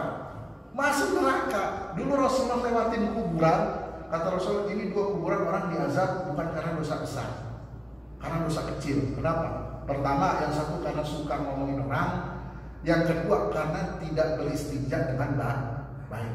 Jadi orang bisa masuk neraka karena istinja tidak baik. Makanya para ahli fikih nyusun babnya, pertama bab ibadah dulu, bab jihad di akhir. Jangan sampai ngomongin jihad, ibadahnya tidak benar. Ngomongin jihad istinja nggak bisa, wudu nggak sah, sholatnya nggak sah. Kira-kira lucu kan? Itu kira-kira ke surga atau neraka loh? ya kan? Nah ini makanya ini wajib. Jadi ketika kita membasuh wudhu, kita harus benar-benar diperhatikan ini udah kebasuh belum.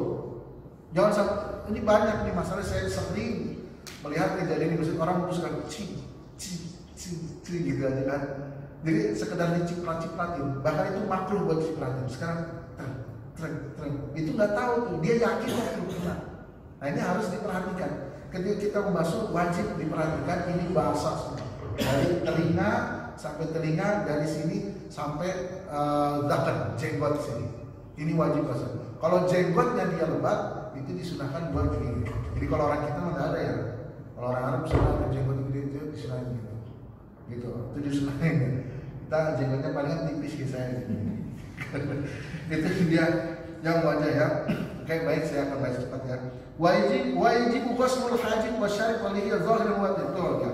Wajib membasuh hajib. Hajib itu ini nih, apa namanya, alis. Maksudnya apa? Maksudnya airnya itu harus ke kulit, bukan ke hajibnya doang, bukan ke alisnya doang, harus ke kulit. Jadi harus benar, itu kan?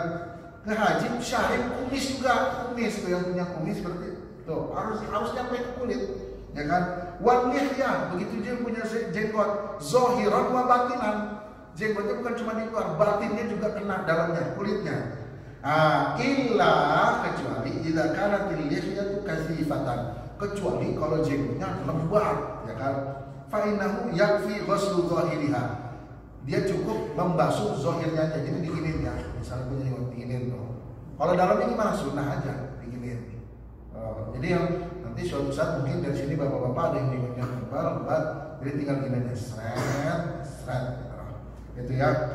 Kenapa? Itu wajib di zahirnya aja, nggak batinnya, karena diriwayatkan dari Ibnu Abbas bahwasannya Rasulullah SAW tawaddu'a faghfara faghfatan, Rasulullah berwudu mengambil ciduk air, wa ghasala bi wajhihi, dan membasuh wajahnya, wal ghurfa al-wahidah la yasulu ma ila ma tahtasha ma kasafatil lihya. Sedangkan cidukan itu ketika Rasulullah berwudu, cidukan itu nggak nyampe ke dalam jenggotnya. Dulu Rasulullah jenggotnya tebal.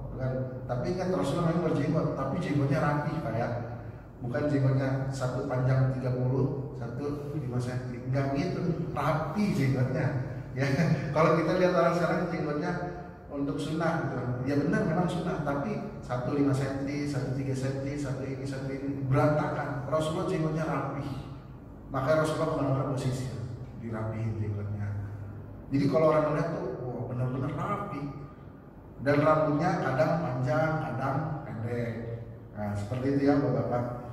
Nah, ini sudah jam segini, gimana sudah apa? 20 menit dari subuh. Oh, sekarang sudah berapa? Subuh jam berapa? Tadi 6.04. 6.04. Berarti tersisa berapa menit? Ya, masih 15 menit. Oh, 15 menit masih panjang. Baik, saya akan tuntaskan begitu.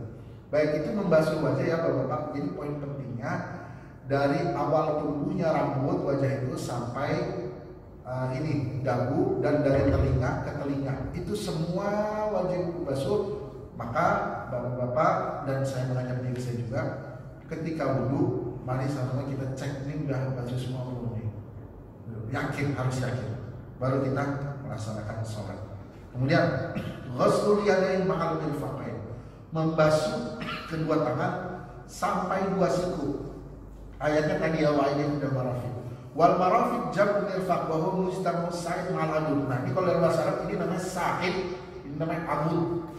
Nah, pertemuannya itu dinamakan mirfaq. Kalau bahasa kitanya adalah siku, ya kan? Fa yajibu ghuslul yadain ma'al rasul wal kafin wa dhirain. Ma'al wa ila bermakna ma'an. Jadi ilahnya di sini ya kan, wa aydiyakum ilal marafiq. Nah, ini penting Pak. Ayat-ayat Al-Qur'an ini kan basuhlah tangan kamu sampai mirfaq. Tapi kata ahli fikih, ini ilah itu kan ke sampai. Ilahnya di sini maknanya ma'a itu bersama. Artinya usaplah tangan kamu dan usaplah bersamaan dengan mirfaq. Kenapa? Karena kalau kita mengatakan usaplah sampai ke mirfaq siku, berarti kalau siku itu cuma diusap sedikit, itu udah nyampe siku, sah hukumnya. Tapi yang dimaksud ayat Al-Quran itu bukan begitu. Yang dimaksud ayat Al-Quran adalah wa aydiyakum ma'al marafiq. basuhlah tangan kamu bersamaan dengan siku. Kalau bersama dengan siku artinya sikunya semua harus dibasuh. Nggak sah kalau cukupnya cuma segini doang nih dibasuh, nggak sah hukumnya. Harus semua siku. Kalau bisa lebihin sedikit. Dalilnya apa? Dalilnya dari Abu Hurairah radhiyallahu ta'ala anhu, annahu tawaddu'a fa ghassala wajhahu. Bahwasanya Rasulullah pernah berwudu dan mengusap wajahnya, fa asbaghal wudu, dan Rasulullah melebihkan wudu. Ini namanya adalah isbaghul wudu. Isbaghul wudu itu ya misalnya dia yang harusnya batasannya sampai segini wajah dia lebihin. Itu namanya isbaghul wudu. Tsumma ghasala yadahu al-yumna hatta ashra fil adud. Tsumma yadahu hatta ashra fil adud, tsumma masa rasa. Jadi Rasulullah ketika membasuh tangannya dilebihin sampai masuk ke adud. Ini kita bahasa kita ini apa ya, bahasa kita ya? Bahasa Indonesia itu apa ya? Lengan ya. Kalau ini apa ya? Tangan ya. Nah, jadi Rasulullah waktu itu ngebasuh sampai ke lengan, artinya dilebihkan. Gitu. Jadi nggak sampai siku aja, dilebihkan oleh Rasulullah sampai masuk ke lengan. Nah, itu namanya isbaghul wudu. Nah, jadi biar aman sampailah kita ke lengan. Kemudian wajibu ghusl jami'i sya'ri wal basharati wal adhafir. Wajib sampai kita membasuh semua bulu, kulit dan kuku. Jadi kuku kita juga wajib dibasuh. Jadi kita pas lagi air muncul kita gini. Kalau kukunya panjang ya makanya setelah masuk sunnah adalah memotong kuku gitu. Biar kita nggak repot juga. Ini kuku masuk ke dalam kudu juga. Ini makanya ya Allah kalau kita beribadah rasanya banyak banget kayaknya yang kurang, yang benar nggak apa-apa ya. Makanya kita setiap habis sholat bilang kan doanya gimana? Rabbana taqabbal minna sholatana wa siyamana wa qiyamana wa tammim taqsirana wa tammim. Jadi kita mohon ya Allah semoga kita terima dan sempurnakanlah apa yang masih kurang. Jadi kalau kita ngambil ibadah kita kayaknya susah nih buat dapat sholat, benar apa? Karena dari rukun dan syaratnya aja kadang ada yang ketinggalan, kadang ada yang kelupaan. Padahal rukun dan syarat sholat wajib dilaksanakan. Kayak gini, siapa tahu kita lagi lupa nggak kebasuh di dalamnya. Padahal perintahnya kita suruh membasuh tangan semuanya sampai ada di dalam sini. Artinya air harus masuk. Kadang kita lupa mungkin. Maka kita doa sama Allah, ya Allah semoga yang kurang-kurang disempurnakan. Wa tammim taqsirana ya arhamar rahimin. Makanya kalau kita udah belajar begini, kayak kita rasanya pertama banyak banget kayaknya rukun yang ketinggalan, syarat yang ketinggalan. Tapi kita mudah-mudahan dikasih dispensasi sama Allah sehingga ibadah kita diterima. Amin ya rabbal alamin. Makanya ada sebagian Rasulullah dulu pernah bersabdakan, orang masuk surga itu bukan karena amal ibadah, tapi karena rahmat Allah. Sekarang kalau kita lihat, ya kan, amal ibadah kita kadang-kadang lagi sholat ada niatnya, belum lalainya, belum rukun syaratnya nggak kepenuhi, betul kan ya kan? Lagi sholat depan mertua semangat, ya. Lagi sholat begini depan orang semangat, tapi lagi sendirian berarti belum ada niatnya, belum ada bangganya, belum syarat rukunnya nggak terpenuhi. Terus kita mengharapin surga yang begitu luas, kayaknya nggak pantas. Maka kayaknya kita nih ibadah kita masuk surga itu hanya karena rahmat Allah. Karena nggak bakal bisa kembali gitu. Ini aja rukun kadang kita kalau belajar fikih begini, ya Allah ini sampai sini harus kebasuh. Kayaknya kita pas dulu kita nggak kepikiran dan ini harus kebasuh semua. Ini berarti ada yang kurang nih ibadah kita nih. Ya kan kita mikir. Kalau ada yang kurang sementara itu Allah perintahkan berarti kan sholatnya bisa nggak sementara kalau kita masuk surga kita harus datangin perintah Allah sesuai apa yang diperintahkan. Makanya di sini kalau kita ngaji semakin kita tahu bahwasanya kita ini lemah, kita ini banyak yang belum kita laksanakan.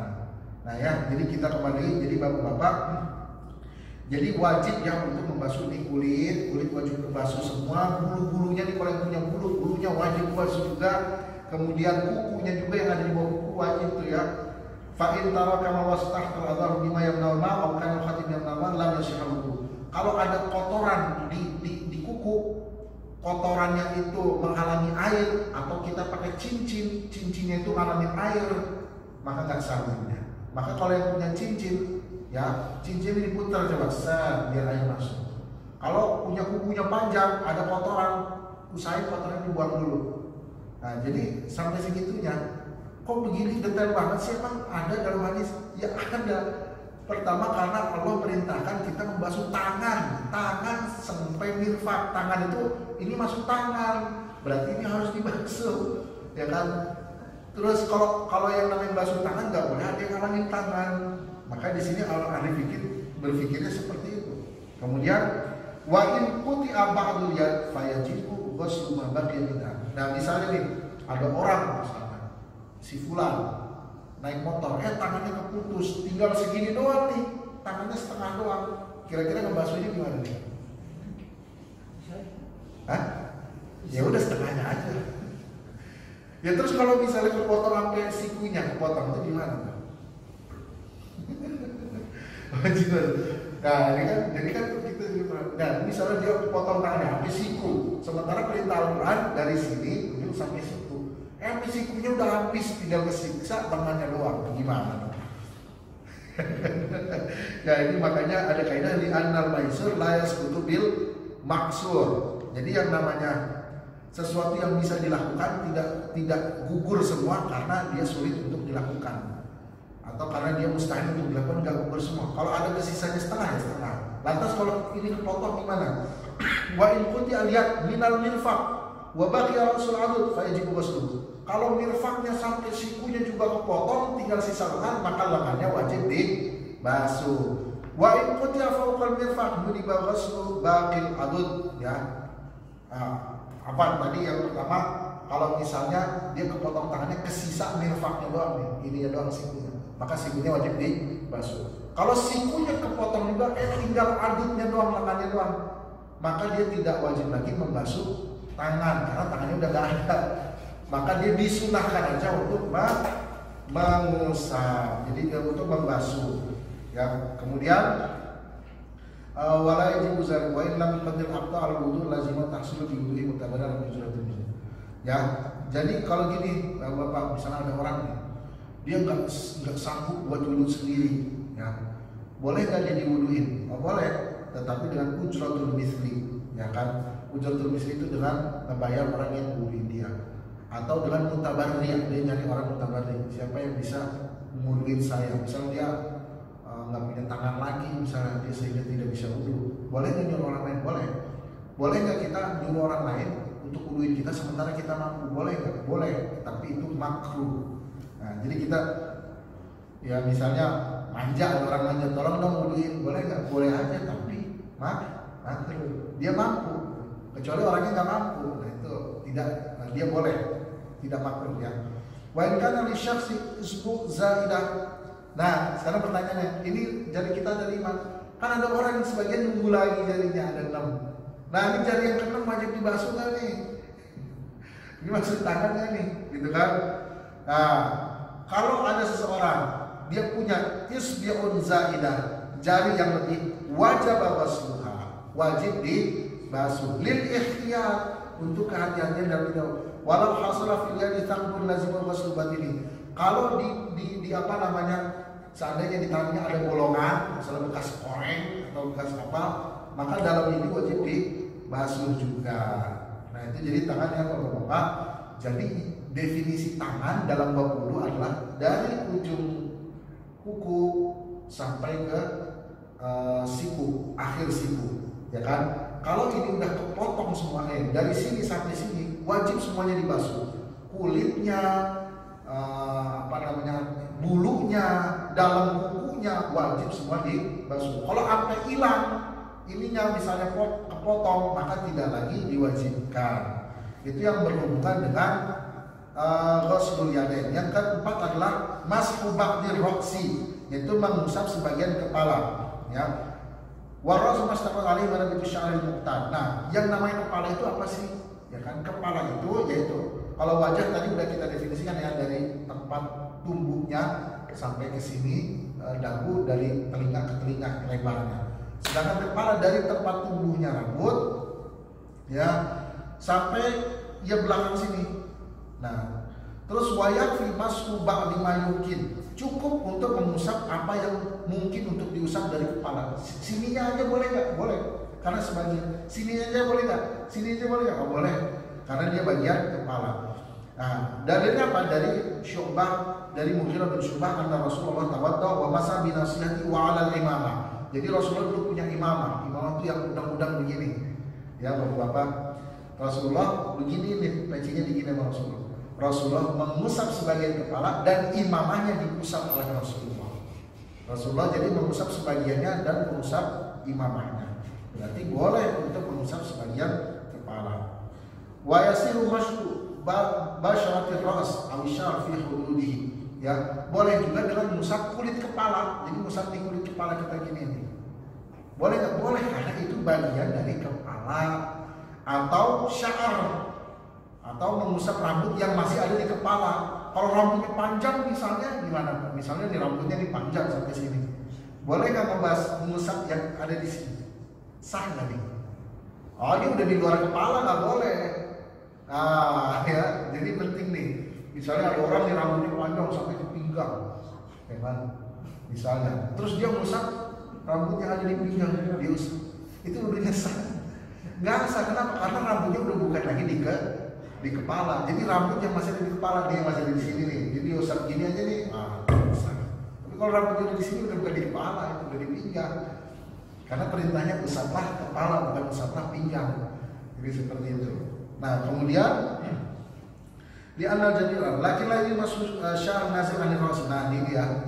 Akan tetapi tidak sah mengusap rambut yang nyampe panjang ke bawah melebihi kepala, nggak sah. Walau ghasala ra'sahu aw ba'dahu badal masih jazak. Nah, sekarang kan kita perintahnya ngusap ya, ngusap beda sama membasuh Pak ya. Kalau ngusap kan apa sih, nempelin gitu ya. Ngusap tuh. Kalau membasuh tuh kayak kayak itu. Sekarang boleh nggak kalau kita membasuh kepala kita dalam arti ini ada keran kita gini? Sah nggak? Kan perintahnya mengusap kepala. Nah, ini dia tetap sah. Maka di sini walau ghasala ra'sahu, kalau dia membasuh kepalanya atau sebagian kepalanya ganti daripada dia mengusap, jaza, boleh. Kenapa boleh? Karena yang namanya membasuh itu adalah mengusap plus lah. Mengusap plus itu namanya membasuh. Ya. Tuh lihat para alim ini sampai segini mikirnya. Kalau kita nggak ngikutin mereka, apakah kita bisa sedetail ini, gitu kan? Jadi nggak bisa tinggal ceritanya. Nah, jadi boleh kita membasuh kepala, membasuh kepala. Oke. Kemudian wala yuridu nasrul yudhin. Oke. Lihat wa in kana ala ra'si khitab wala yuridu nasrul yudhin wa li ghairi yudhin fa innahu yakfi mas'un nasiyah. Nah, bapak-bapak kalau pakai peci atau pakai imamah, kadang-kadang orang ada imamahnya ujung-ujungnya gede. Kalau dilepas lagi, ribet lagi, ya kan? Boleh dibeginikan saja. Cukup dia mengusap nasiyah, ini namanya nasiyah di jidat sini. Begini cukup. Sah hukumnya, sah insyaallah. Ini sah, pernah dilakukan oleh Rasulullah. Wal mar'atu karrajul fi sifati nasirah. Perempuan sama seperti laki-laki. Oke, wa yumin antar kula yada tahta khimariha. Jadi kalau perempuan pakai jilbabnya begini nanti nih. Tuh. Nah, sah ya. Kalau dia pakai khimar atau jilbab. Kemudian ghusl rijlain, saya agak cepat ya biar sesuai dengan ini. Wa hadza fardhu ijma'. Jadi membasuh sampai ke mata kaki ya. Yang namanya rijal kaki atau ka'bain atau mata kaki itu apa? Dia adalah tulang yang tumbuh dari dua sisi kaki. Dia pertemuan antara pergelangan kaki. Jadi mata kakinya juga wajib ini ya bapak-bapak ya, dibasuh juga ya. Awas nih bahaya kita, terutama nih di bagian ka'ab nih. Ka'ab itu adalah tumit kaki ini paling sering ketinggalan. Maka Rasulullah mengingatkan wailun bil aqabi minan nar. Celakalah tumit-tumit yang akan masuk neraka. Maksudnya apa? Karena tumit kaki ketika Rasulullah melihat para sahabat dulu banyak yang cuma gitu. Jadi tumitnya nggak kena. Kata Rasulullah celakalah. Jadi tumit harus juga dibasuh. Harus kena tumit, ini semua harus kena. Jadi kalau bisa kita giniin tuh, kita giniin kakinya, saat biar kena. Nah, itu ya, Bapak. Kemudian wa in qutiya juz'un minal qadam yajibu ghuslul baqi. Nah, kalau sebagian dari kaki keputus, maka sebagian lagi wajib dibasuh, seperti pada tangan. Kalau misalnya sampai mata kaki keputus, ya berarti nggak ada kewajiban lagi, dia disunahkan mengusap aja. Itu yang membasuh kaki ya sampai mata kaki. Kemudian terakhir syarat rukun terakhir adalah tartib. Tartib di sini karena ayat tadi mentartibkan tuh wajah ini berarti kata para ahli fikih, oh ini berarti rukun wudu adalah tartib kan. Nah sekarang wa in irtasala al-muhdits fa ghasala jami' badanahu bi niyyatil ghusl wa bi niyyatil tahara aw bi niyyatil raf'il hadas fa in ghasala badanahu munakkisan la ala tartibil fala yuzilu dzalik. Jadi kalau ada orang ya Bapak, misalnya dia mau mandi wajib ya kan. Terus dia juga sekalian dia wudu. Tapi ketika dia mandi wajib, dia kalau misalnya kita mandi wajib, kita sesuai nih dengan urutan wudu, muka dulu, badan dulu, sambil niat wajib, itu sah, kita udah sekalian wudu. Tapi kalau dia mandi wajib, dia membasuh badannya nggak sesuai urutan wudu, kaki dulu, ini dulu, maka tidak terhitung wudu. Begitu juga kalau misalnya ada orang nih, ada kolam renang, ya misal kolam gede banget, airnya 20 lebih. Terus dia niat dulu, nawaitu wudu atau nawaitu rafa'al hadas, langsung nyemplung, blum gitu. Terus dia keluar lagi, itu sah nggak wudunya? Nah itu ada tartib nggak kira-kira? Nggak ada tartib kan? Nggak ada susunan. Tapi kalau kita nyemplung ke kolam itu dibolehkan. Namanya inrimas, nyemplung. Jadi nyemplung kita misalnya ada kolam, kita tahu kolamnya 2 pulang, airnya mensucikan, ya udah kita niat nawaitu rafa'al hadas lillahi ta'ala, blum gitu kan, udah gak disyaratin lagi tartib, langsung keluar pakai handuk sholat, boleh nggak? Boleh. Tapi di sini yang tadi pembicaraan saya adalah pada mandi wajib, saya ingin habis mandi wajib udah selesai langsung wudu. Nah, berarti harus ketika mandi urutannya sesuai dengan urutan anggota wudu. Ya, Bapak. Kemudian wa in ghasala min ar-rasil rijal fa yasibu wa in ghamasa fi ma wa makatha fi zamanan. Ya. Kalau orang itu nyemplung dalam air, wa makatha fi, dan di dalam cemplungan itu dia diam sejenak, ya fihi tartib fa yasir. Kemudian dia di dalam itu dia ada jeda dulu, saya nyemplung selama misalnya 5 detik. Nah 5 detik itu kira-kira cukuplah buat orang mengerjakan wudu tartib, wajah ini semuanya 5 detik, maka sah wudu, dia sah. Jadi kalau orang yang nyemplung tadi disyaratkan di dalam cemplungannya itu ya nahan dulu, kira-kira sempat orang buat wudu dengan tartib. Jadi sah, tapi dengan syarat tadi nahan dulu di dalam ya 10 menit lah. Kalau 10 menit kelamaan ya paling 1 menit lah. Ya seperti itu. Ini adalah yang berkaitan dengan wajib atau rukun daripada wudu. Syaratnya juga sudah kita jelaskan. Mudah-mudahan apa yang kita jelaskan ini bisa bermanfaat buat kita. Terutama mudah-mudahan ibadah kita bisa lebih bagus lagi Bapak-bapak semua. Karena kita diperintahkan oleh Allah buat berbuat seperti itu. Jadi kita harus menjalankannya dengan semaksimal mungkin. Mudah-mudahan yang kurang disempurnakan sama Allah. Yang kita lupa-lupa Allah kasih toleransi. Mudah-mudahan kita diterima ibadahnya. Amin ya rabbal alamin. Baik, yang benar dari Allah, yang salah dari saya. Wa minallahi taufiq. Wassalamualaikum warahmatullahi wabarakatuh. Waalaikumsalam warahmatullahi wabarakatuh. Alhamdulillah. Baiklah, tadi kita sudah sama-sama mendengarkan pemaparan terkait berwudu dan jajarannya. Mungkin Bapak dari pada saat ini ada yang ingin ditanyakan, waktu dan tempat kami persilakan.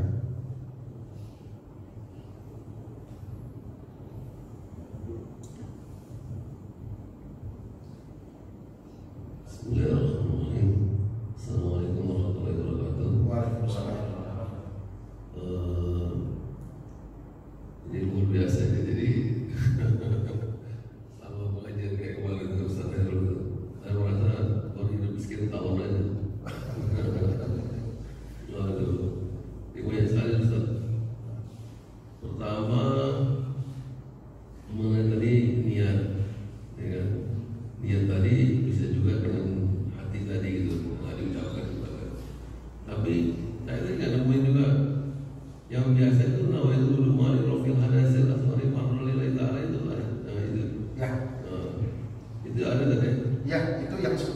Itu loh, ya, alhamdulillah. Nah, kadang-kadang ya memang kadang sudah bisa baca, nggak baca gimana gitu rasanya. Ya, tapi tetap aja hati tapi ini. Nah yang kedua, masalah tadi apa namanya? Mulai dari ujung tangan sampai ke siku tadi ya. Nah ada yang pernah saya dengar cara melakukan itu memang harus benar dari ujung sini ke siku. Jadi kalau kita nggak ada keran itu kan nggak repot. Jadi orang biasanya malah pakai gayung dari atas ke bawah, dari tangan ke tangan gitu kan. Nah, yang terang pun agak susah tuh gitu kan. Nah itu kan juga nggak dibasuh, kadang-kadang nggak dibasuh, cuma dialirin aja air gitu sampai siku. Nah ini masalah terkena air dengan membasuh ini tadi, mengusap tadi, ini bagaimana tadi? Karena kalau saya bayangkan selama ini membasuh wajah itu justru bagian yang ada kumis ini saya coba praktekkan itu. Rata-rata nggak terbasuh gitu. Cuman memang terkena air gitu. Ini kan. Dia nggak ini kan. Lewat maksudnya. Tapi dia kena air gitu. Ya. Terus kemudian membasuh kepala tadi kan. Seharusnya biasanya yang kita praktekkan itu bersama dengan telinga tadi ya. Iya. Ini. Tadi telinga tadi. Itu.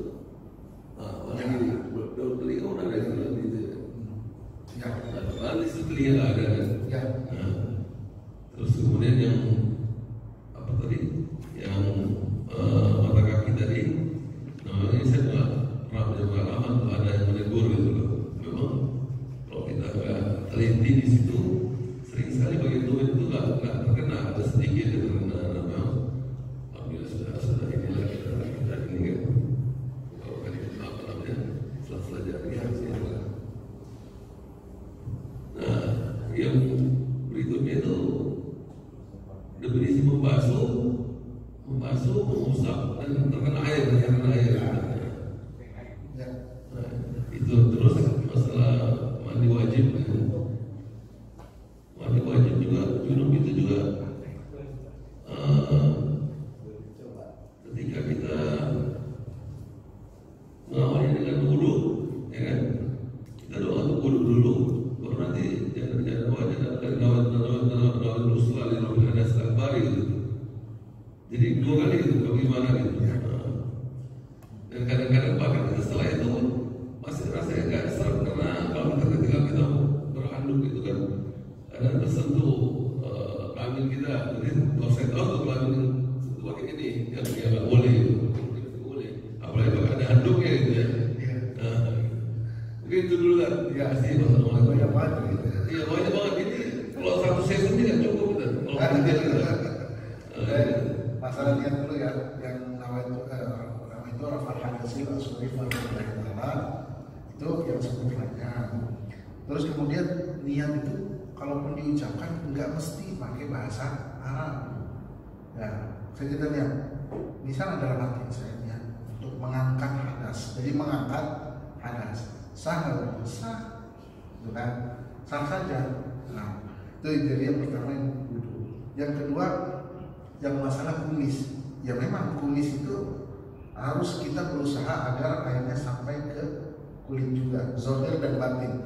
Maksud zahir dan batin apa? Luar kumisnya kena, dalamnya juga kena.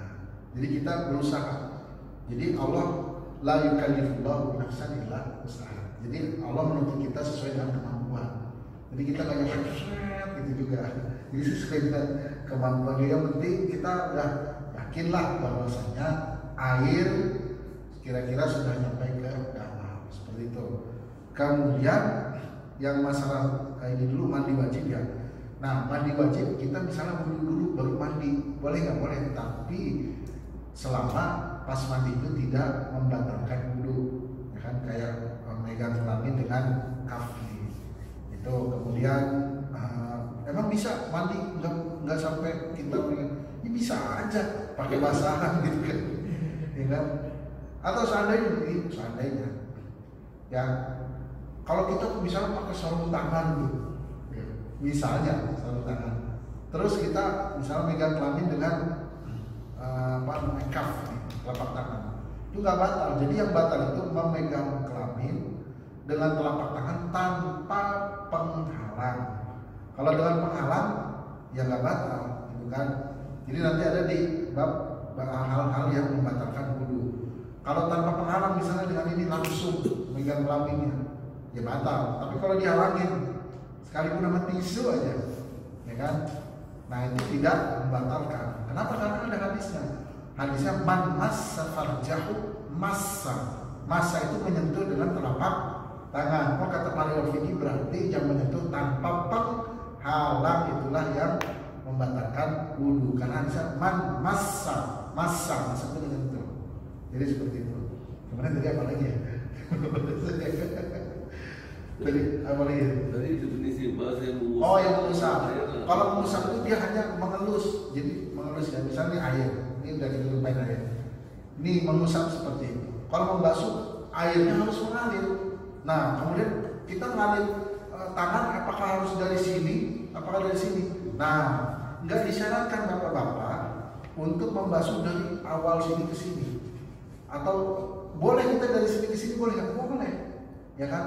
Yang namanya membasuh air itu mengalir, ya kan? Satu mengalir. Nah itu membasuh boleh dari sini, boleh dari sini. Begitu juga wajah, nggak mesti dari atas. Kalau kita wajah bisa dari sini, boleh nggak? Boleh di bawah, dari samping. Set gini, boleh nggak? Boleh. Yang dituntut adalah airnya kena semua bagian wajah, kena semua bagian tangan, kena semua bagian kaki. Boleh. Nah, jadi tidak disyaratkan kita untuk begini dulu, nggak disyaratkan. Nah, seperti itu. Jadi kalau kita mau memastikan bagian kubis itu, jadi kan sekarang jalan kan ya, jadi ada iya, ada di semua jalannya kayak gitu. Ditambahin gitu. Iya, gitu, seperti itu. Nah, begitu juga yang punya jenggot juga apa ya?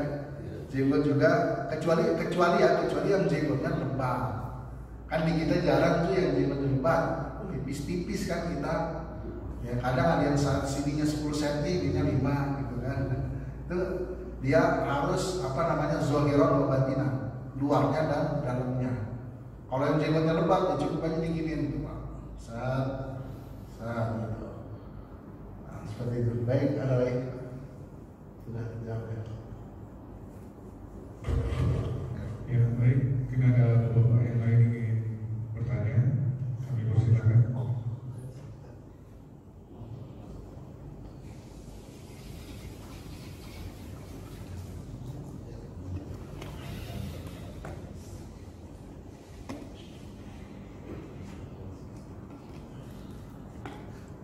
Baik. Ada lagi. Tadi yang ketika kita safar ya, misalnya dalam pesawat itu, yang masuk waktu sholat gitu, terus kita dengan tayamum di situ, kita melakukan sholat di pesawat, tetap harus digodol lagi nanti. Iya, jadi gini, kan yang namanya sholat itu kan harus dengan taharah. Taharah itu kan dengan air mutlak atau dengan debu. Kan air mutlak di pesawat nggak ada, karena nggak cukup. Air minum ini nggak bisa dijadiin wudu, nggak boleh, ya kan? Apalagi dalam kondisi darurat. Kemudian debu di pesawat, kalau dalam mazhab Syafi'i debu itu harus ada ngebul gitu, apa sih ya? Di pesawat mana? Nggak ada.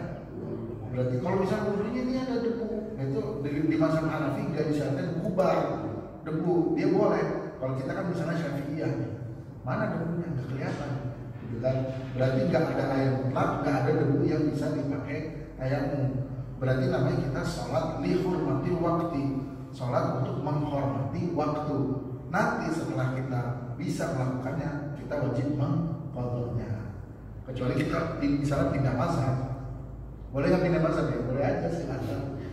Jadi kita pakai tayamum yang ada di pesawat seperti ini. Tapi waktu saya waktu berhaji Iya.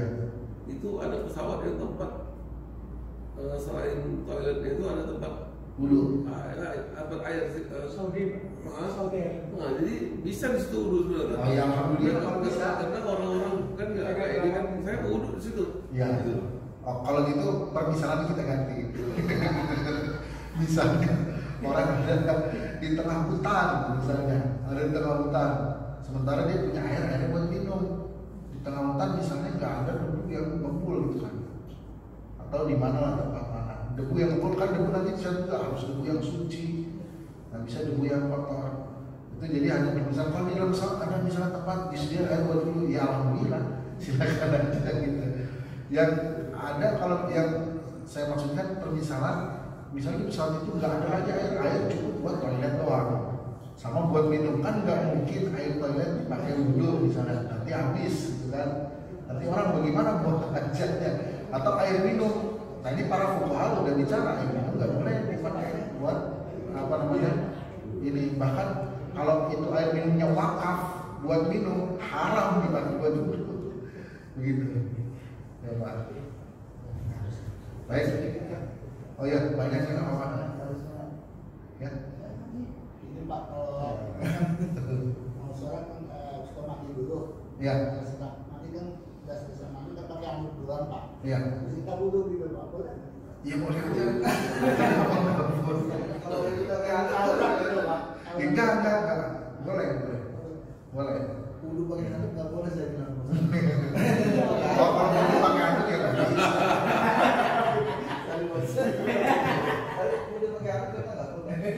Sampai kita misalnya di dalam kamar mandi, habis mandi misalnya, nggak berbusana, langsung wudhu boleh, ya boleh aja, asal jangan pegang kelaminnya dengan ini.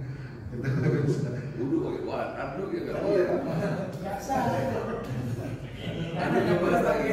Main sama debu. Anduk. Baiklah, apakah ada yang ingin dikatakan? Ada baik. Ini sangat menarik dari ini basicnya ya. Iya. Harus ini. Makanya Bapak ini kenapa ahli fikih menyusun bab itu, pertama yang disusun bab ibadah, karena ini paling penting antara makhluk dengan ham. Habis itu bab muamalah, setelah kita rapi hubungan kita sama Allah, baru hubungan dengan sama. Setelah hubungan kita masih sama rapi, ya syahwat batin. Jadi muamalah itu syahwat batin. Apa syahwat perut? Baru datanglah syahwat kelamin. Makanya habis bab muamalah bab nikah. Setelah syahwat perut, syahwat kelamin terpenuhi, biasanya orang suka berbuat kriminal. Makanya bab jinayat. Baru bab jinayat itu ada di terakhir, gitu kan. Bab jinayat masuk juga nanti bab jihad, bab ini. Setelah bab jinayat gitu kan. Maka itu ada di akhir. Yang penting pertama adalah bab ibadah dulu. Jangan belum wudhu belum benar, belum ini ngomongin pemerintahan kejauh. Oke, dia Pak silakan. Assalamualaikum Ustaz. Ya, salam. Mau nanya hukumnya untuk orang yang bicara hijab, itu gimana tuh kesahan wudhunya ketika mau masuk Pak? Nah, kalau cat kira-kira menghalangi rambutnya ya? Saya belum tahu tuh cat itu. Yang jelas ketika wudhu, air itu harus nyampe ke rambut. Cat itu kira-kira menghalangi nggak? Gitu. Saya nggak tahu. Kalau sampai menghalangi nggak sah. Gitu. Pokoknya yang jelas ketika kita wudhu, airnya harus, kalau kepala harus nyampe ke rambut atau ke kulit kepala, kan? Ya kan? Kalau misalnya rambutnya dicat, ya kan? Ya oke lah. Kalau karena di airnya sebagian ke kepala, maka kita bisa beralih berkilah. Ya udah usap aja kulit kepalanya nggak dicat, kena itu sah nggak? Oh ya sah, karena sebagian kepala. Nah itu boleh berkilah seperti itu. Cuman kalau sampai misalnya dia mengusap rambut, ya kan, dia nggak tahu bisa mengusap kepala, terus dia mengusap rambutnya, sementara cat itu menghalangi air untuk mengenai rambut, maka tidak sah. Saya kira cat juga menghalangi rambut. Kalau kita kena cat di tangan, menghalangi kan ya? Berarti kena juga. Nggak bisa kayak gitu. Jadi Tapi dalam halnya kayak tadi kasus tadi Ustaz, kan ada yang membolehkan sebagian misalnya. Kita kadang-kadang kita cari gampangnya aja gitu boleh Ustaz. Misalnya tadinya kita memang mazhab ini, cuma kita banyakkan. Oh ya. Jadi pindah mazhab. Jadi pindah mazhab itu sebenarnya ada aturannya juga. Iya. Bukan seenak kita ya. Cari ini aja enakan yang ini masa dia. Wah itu susah nih. Aturannya gimana? Dalam satu masalah. Misalnya kita wudhu pakainya mazhab Abu Hanifah, ya semuanya. Jangan pas kepala Hanafi, pas ini pakainya ini. Jadi nggak gitu. Pas sholat pakai mazhabnya Maliki, ya udah Maliki, gitu kan? Ya udah satu permasalahan gitu. Nggak nanti rakaat pertama Maliki, rakaat kedua Syafi'i. Jadi Syafi'i kan Bismillahnya jangan, rakaat kedua, rakaat pertama Bismillahirrahmanirrahim, rakaat kedua Alhamdulillahirobbilalamin. Jadi harus dalam satu qadiyah, satu permasalahan. Wudhu ya kalau mazhabnya Hanafi silakan, asal tahu caranya gimana. Jangan sampai dia bilang saya pakai mazhabnya Hanafi, dia nggak tahu caranya malah jadi ngawur, ya jadi ngasal nanti wudhunya, ya kan? Nah seperti itu. Ya kira-kira pada ya. Misalnya orang banyak takut di semuanya kan tadi. Ya di tato menghalangi, ya kan menghalangi. Maksud aku itu tadi ya. Kutek yang menghalangi. Kalau hina yang suka dibuat perempuan hina itu enggak ya. Ya, kan? Tapi laki-laki nggak ada yang dihina kan? Terjadi kemayu lagi. Biar nggak ketahuan. Ya, saudara sih. Baiklah, karena